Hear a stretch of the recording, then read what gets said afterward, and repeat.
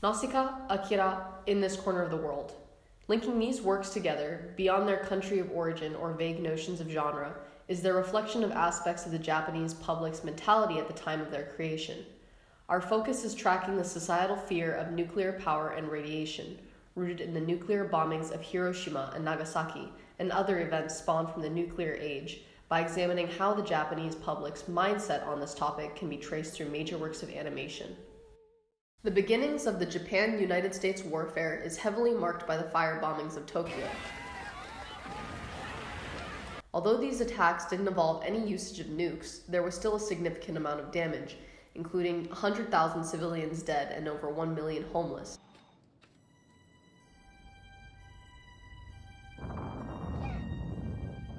The sheer destruction is deeply ingrained in Japanese history, as can be reflected by films such as Grave of the Fireflies by Studio Ghibli, released in Japan in 1988. This film depicts injuries due to the bombings and malnutrition, as well as portrayals of the firebombing itself. Although the film doesn't correlate directly to the Japanese fear of radiation, the fear of opposing weaponry is apparent, and the film accurately shows the overarching emotions of the Japanese at that time.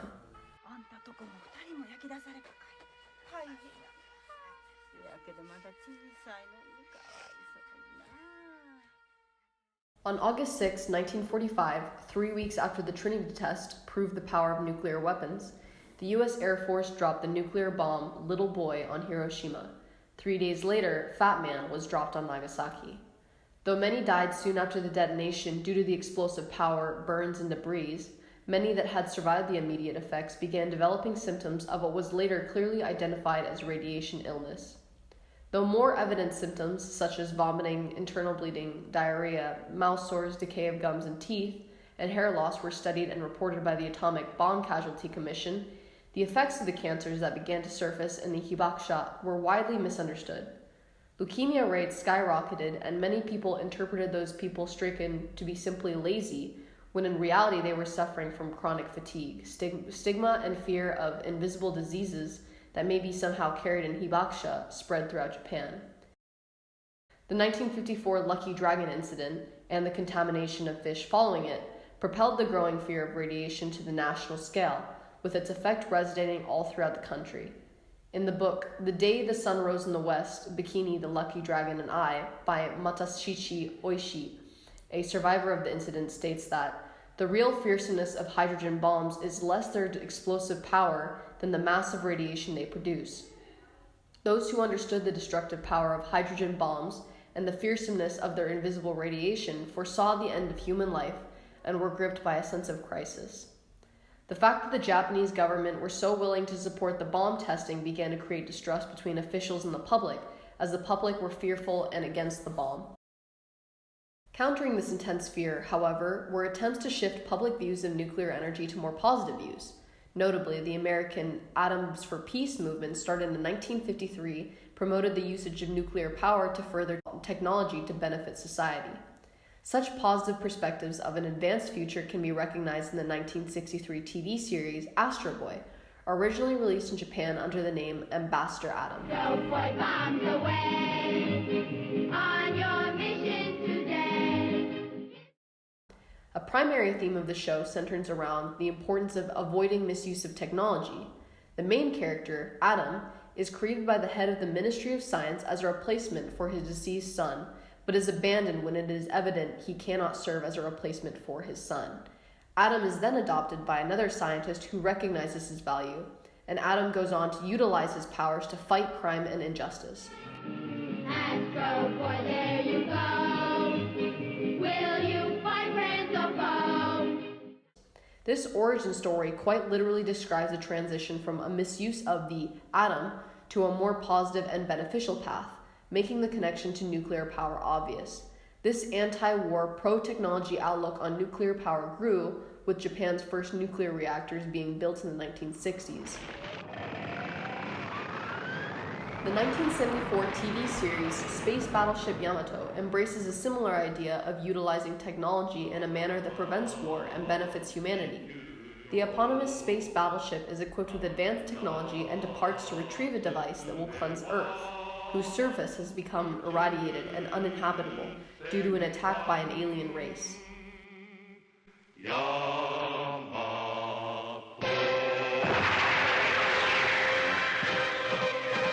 In the meantime, in real-world Japan, a different kind of advanced ship had been created, the Mutsu. Mutsu was developed and finally tested in August 1974, the ship being a merchant vessel that was powered by a small nuclear reactor. Japan Quarterly, a well-known journal/magazine, describes the Mutsu as unlike the power reactors on land in Japan, all of which were built with imported technology. In September 1974, technical inadequacy allowed a small amount of radiation to escape the reactor due to shielding issues. Though the mishap didn't result in any significant radiation exposure, the apparent unreliability of the ship prompted fishermen to protest and block the ship's return to port for over 50 days, with fears of radiation polluting the waters and food supply stemming from the memory of the Lucky Dragon incident 20 years prior. Through the 1980s, not only did nuclear energy development increase, but Japanese economy was booming and the country as a whole was becoming increasingly modern and moving further from the traumas of the past. Against the backdrop of this new Japan, however, artists who had grown up in World War II era Japan had their own stories to tell. In anime, Astro Boy paving the way for this unique art form, provided a conduit for them to deliver their messages. The 1983 animated film Barefoot Gen, based on the manga series by Kenji Nakazawa, takes place in Hiroshima at the end of the war, recounting the atomic bombing of Hiroshima from a child's perspective. Nakazawa, who was 6 years old when the war ended, based the story loosely on his own experiences. Most of his family that hadn't evacuated Hiroshima died as a result of the bombing. In the film, the medium of animation is used to full effect, capturing the harrowing moments in the explosion, slowing the instantaneous moment to show the absolute destruction of humans being brought about by the nuclear blast. One scene is especially prominent, showing the immediate destruction after the dropping of a nuclear bomb.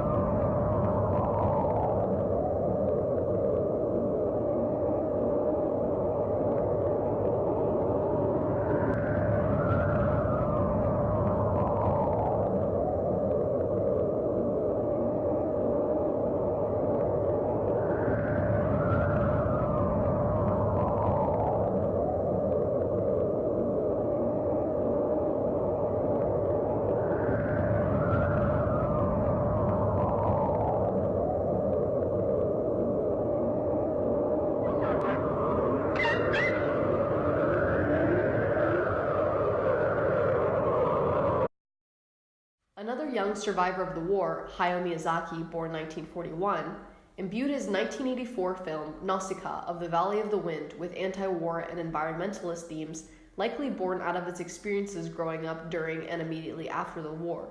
The film's plot takes place 1,000 years after the 7 Days of Fire, an apocalyptic war that destroyed much of civilization, involving massive, immensely powerful humanoid bioweapons known as Kyoshinhei, or giant god warriors.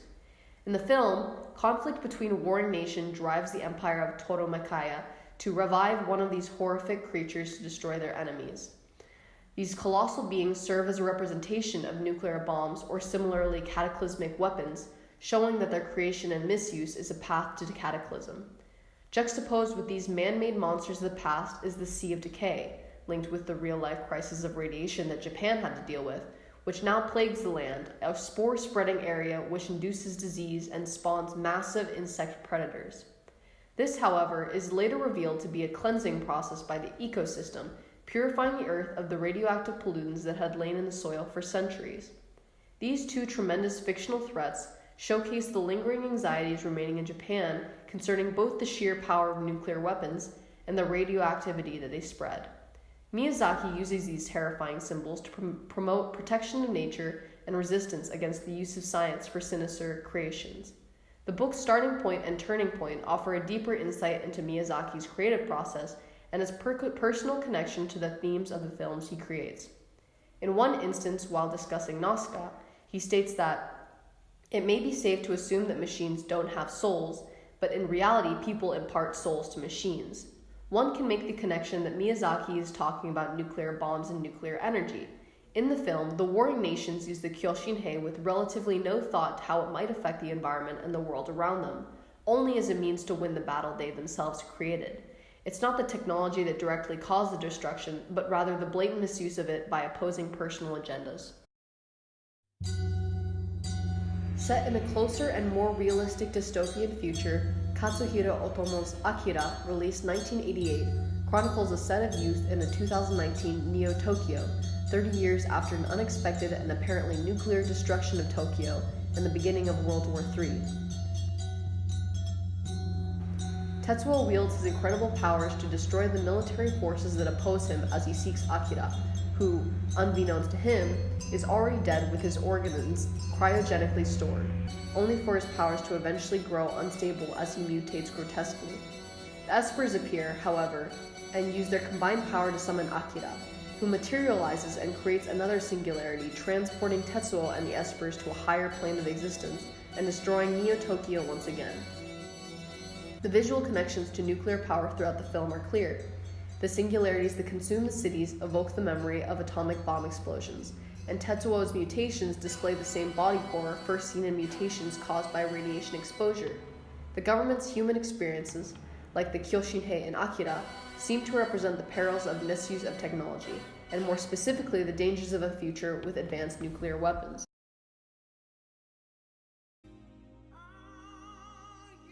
The 90s marked a turbulent time for Japan. In 1992, the Japanese economic bubble that had been inflating for 6 years burst, causing economic decline that was continued throughout the decade.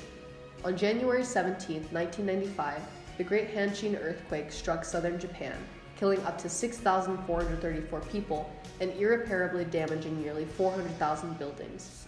On March 20th of the same year, members of the Aum Shinrikyo cult movement released sarin gas in Tokyo metro subway lines in 5 coordinated attacks, killing 12 and severely injuring 50. These crises further amplified some of the uncertain and apocalyptic themes seen in anime from the 1980s.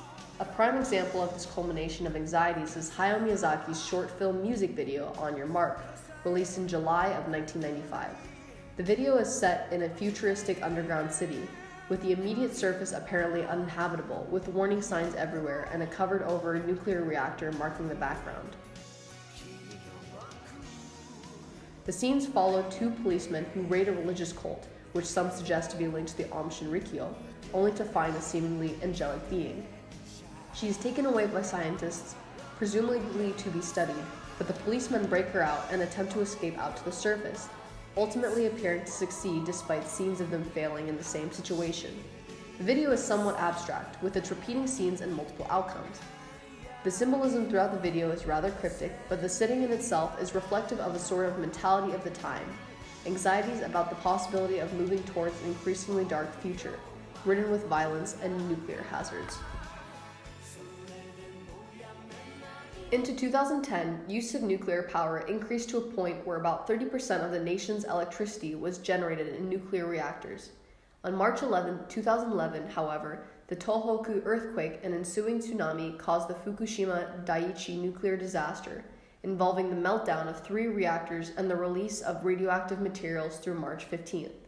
The incident rekindled fears about nuclear energy, with widespread concern about the safety of nuclear reactors leading to protests against continued use of nuclear energy. Soon after the Fukushima disaster, an increase in internet searches of Battleship Yamato suddenly came about. Such an occurrence can be explained by recognizing a connection between the film and the real-world incident. Battleship Yamato offers a very optimistic way to combat radiation, since the storyline has strong themes of resilience and recovery. Battleship Yamato strongly resonated with those affected by the Fukushima disaster, since it demonstrated that there was a way to combat inevitable situations, natural disasters, while also dealing with radiation and its disturbance in everyday life. Though this nuclear incident came along much later than those that took place during World War II, it goes without saying that nuclear instances are embedded into Japanese history, since they were the victims of terrible atomic attacks. What caused so much devastation in the hands of the enemy at the time once again became a threat, but this time no other party was involved but themselves. Since they know how much radiation can affect people, sentiments of their first encounters with radiation were bound to resurface. It's important to note that animation isn't just affected by occurrences in the past. Animation can also influence how we view current events. Let's fast forward to a more current date. In addition to this distrust of Japanese nuclear energy, worldwide nuclear paranoia is a rising trend, with tensions between nations escalating. North Korea, for example, continues to run nuclear weapon tests, conducting 2 in 2016 and 1 in 2017, against the wishes of the UN. With the topics of radiation and nuclear weapons once again thrust into mainstream attention, memories of the atom bomb in Japan resurface. The animated film In This Corner of the World follows a young woman named Suzu, originally from Hiroshima, in her life leading up to and following the dropping of the atomic bomb, contrasting the culture and daily life of the time with the horrors brought by the war. Though she's outside the city when the bomb is dropped, upon returning she learns her mother was killed in the blast and her father from radiation poisoning, with their sister also have fallen severely ill from the radiation. The entire film offers a very grounded and vivid account, bringing to life the memories of those who experienced the war firsthand. So we've established that the memories of bombings and radiation are heavily reflected in Japanese animation, but why? What purpose do the creators of these films and series have for including these elements within their work? Perhaps it's because these creators are merely incorporating their own personal recollections and feelings into their art, or perhaps they want to create something that other people with similar recollections can resonate with. The main goal of this video essay is to present the connection between collective memories and how it's reflected, shared, and passed on through visual media. Unfortunately, we were unable to include many Japanese works of visual media due to the sheer amount of pieces that we could choose from. This was due to factors such as lack of relevance and not fitting in with our overall theme for this video essay. If you are interested in connecting more Japanese films and series to their memory counterparts, we highly suggest checking out the original Godzilla, Godzilla vs. Mechagodzilla, and Evangelion. Thank you.